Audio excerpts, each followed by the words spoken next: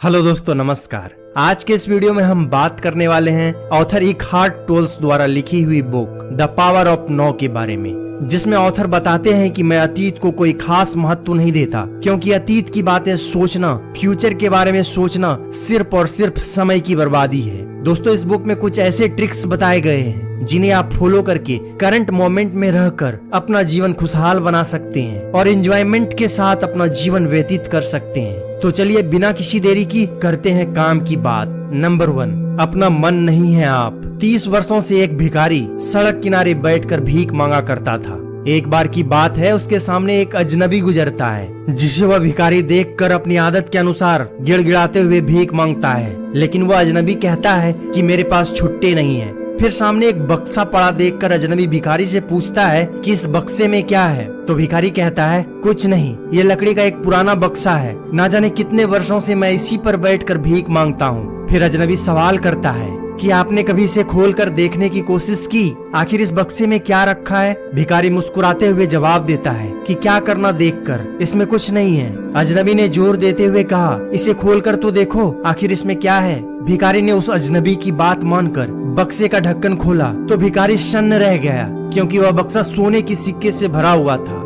ठीक एनलाइटमेंट भी उस अजनबी जैसा ही है, जिसके पास आपको देने के लिए तो कुछ नहीं है, लेकिन वो आपको अंदर झांकने के लिए कह रहा है। बक्से के अंदर झांकने के लिए नहीं, बल्कि खुद के अंदर झांकने के लिए कह रहा है। अगर हम दिमाग को अपने कंट्रोल में रखकर इसका सही तरीके से इस्तेमाल करें तो ये हमारे लिए किसी सुपर पावर से कम नहीं है। आप सोचते हो कि आप एक माइंड हो, जो कि आपका एक भ्रम है, क्योंकि आपके माइंड आपको अपने कंट्रोल में कर लिया है। इसीलिए आप अपने थिंकिंग माइंड को अपने कंट्रोल में रखें और इसका सही तरीके से उपयोग करें। नंबर 2, चैतन्यता दुख के बाहर निकलने का मार्ग है।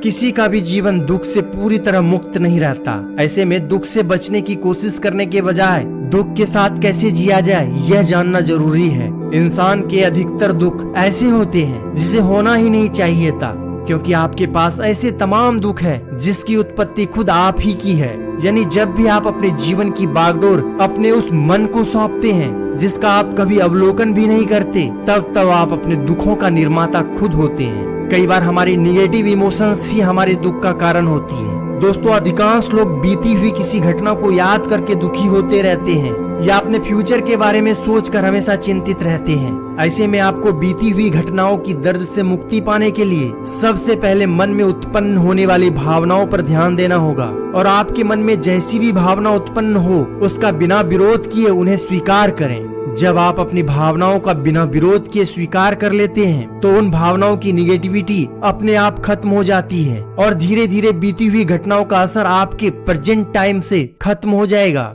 जब आप negative emotion, past and future के बारे में ज्यादा न सोचकर वर्तमान में जीते हैं तो आपके जीवन में पॉजिटिव चेंजेस आते हैं। इसीलिए ऑथर हमें इस चैप्टर में बताते हैं कि हमें अतीत या भविष्य के बारे में ज्यादा नहीं सोचना चाहिए। नंबर 3, अब में गहरे उतरिए। Moving deeply into the now. Current time वह टाइम है जिसे हम अपनी घड़ी में देखते हैं। इसे हम देखकर ही अपने काम की शुरुआत करते हैं। तो वहीं अगर हम अतीत या फ्यूचर के बारे में सोचकर चिंतित हो रहे हैं तो हम मनोवैज्ञानिक टाइम में जी रहे हैं। ऑथर के अनुसार हम जो मनोवैज्ञानिक टाइम में जी रहे हैं, यानी कि फ्यूचर एंड पास्ट के बारे में सोचकर चिंतित हो रहे हैं, यह हमारी सभी समस्या एवं दुखों का कारण है और इसकी वर्तमान समय में कोई वैल्यू नहीं है। इसीलिए हमें प्रेजेंट एंड पास्ट के बारे में सोचना छोड़कर वर्तमान समय में जीना चाहिए, क्योंकि प्रेजेंट और पास्ट के बारे में सोचने से हम अपना कीमती समय गंवा देते हैं और वर्तमान समय को एंजॉय नहीं कर पाते। अपने अतीत को ठीक करने की कोशिश करना या भविष्य की चिंता करना तनाव को आमंत्रित करने का अल्टीमेट तरीके हैं। तो वहीं दूसरी तरफ वर्तमान में रहना खुश रहने की कुंजी है। नंबर 4, अब से दूर रहना मन की एक रणनीति है। ऑथर कहते हैं, अगर मैं मान लूं कि समय एक इल्यूजन है, लेकिन इसे मानने से मेरे जीवन में क्या बदलाव होने वाला है, क्योंकि मुझे तब भी रहना तो इसी संसार में है जिस पर समय पूरी तरह से हावी है। दोस्तों, समय हर व्यक्ति के ऊपर हावी है, यह भी एक सच्चाई है, लेकिन इससे आपके जीवन में कोई खास बदलाव होने वाला नहीं है। इस सत्य को जानने के लिए आपको अपने जीवन को जीना होगा। जब आपके शरीर का एक एक सेल्स करंट मोमेंट में इस कदर प्रेजेंट रहता है कि हर पल मानव के लिए उल्लास हो, तब हम ये कह सकते हैं कि आप समय से मुक्त हो गए हैं। फिर भी आपके दिमाग में ये दुविधा रहती है कि मुझे कल कार की EMI इलेक्ट्रिक बिल तो भरने ही है और मेरी उम्र भी ढलती जाएगी, तो भला मैं ये कैसे कह सकता हूँ कि मैं समय से मुक्त हो गया हूँ।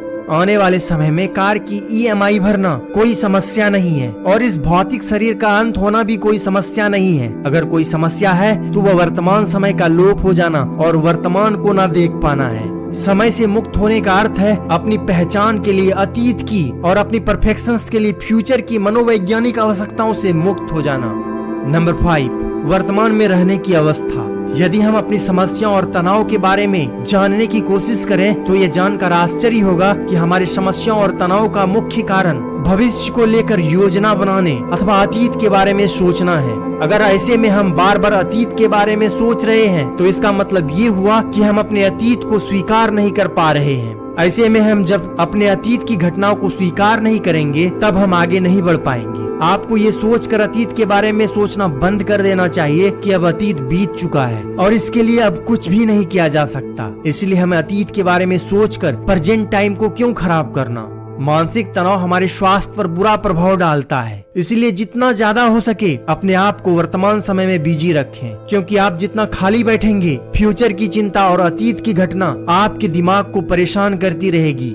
नंबर 6, सुख दुख के पार है शांति। बहुत से लोग हतोत्साहित हो जाते हैं और कहते हैं कि मुझे किसी चीज का मजा या शौक नहीं रहा। दोस्तों, हम आपको बता दें, किसी भी चीज का मजा लेने के लिए आपको मन में भरे बाकी सभी विचारों को अनदेखा करना पड़ता है, क्योंकि किसी भी चीज में हमारी दिलचस्पी इसलिए कम हो जाती है कि हमारा मन अतीत की घटनाओं में उलझा हुआ रहता है। अच्छी बुरी घटनाएं या फ्यूचर को लेकर चिंता आपके मन में इतना घर कर लेती है कि मानो आपने अपने मन का वह भाग उन्हें किराए पर दे रखा हो। इसलिए थोड़े थोड़े समय में आपको इन विचारों से लड़ना होगा और कहना होगा यह मेरा घर है और इसमें से अतीत की घटनाओं या फ्यूचर की चिंता को बाहर फेंकना होगा। नहीं तो अतीत और फ्यूचर की चिंता हमारे वर्तमान पर हावी हो जाएंगे और आपको यह यकीन दिला देगी कि आपका अपना समय आपका नहीं रहा। ऐसे में जब आप अतीत और फ्यूचर को सपना मानकर इसके बारे में सोचना बंद कर देते हैं तब आप खुले मन से आप वर्तमान क्षण के सत्य को समझ सकते हैं। जब आपके जीवन में ये जागरूकता आ जाती है, चाहे हर रोज थोड़े क्षण के लिए ही सही,